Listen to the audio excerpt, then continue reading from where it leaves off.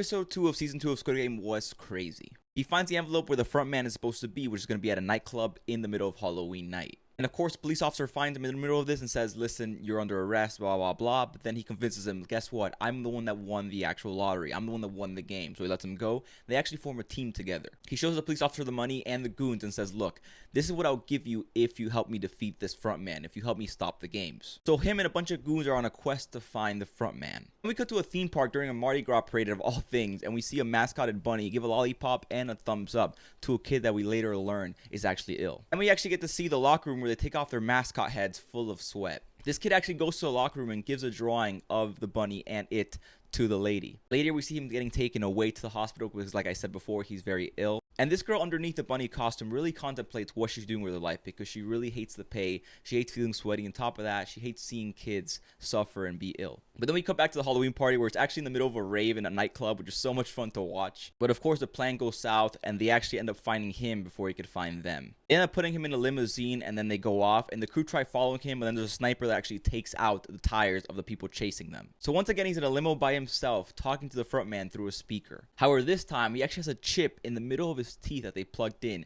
so everybody will know where he is at all times. The front man and him end up discussing for a bit, and he begs, please end the games, please do it. And the front man's obviously like, no, no, no. And he's like, you know what? Put me in the game. So that's where it ends. But then we go back to the other girl, which is actually a plot twist. She ends up being recruited to be part of the game, but instead of being a player like everybody else we've seen, she actually is going to be one of the people in command, which is a plot twist we haven't seen before, which will be really interesting to see where they take this. Make sure to follow us. I'll be covering every episode individually, and this episode was great once again.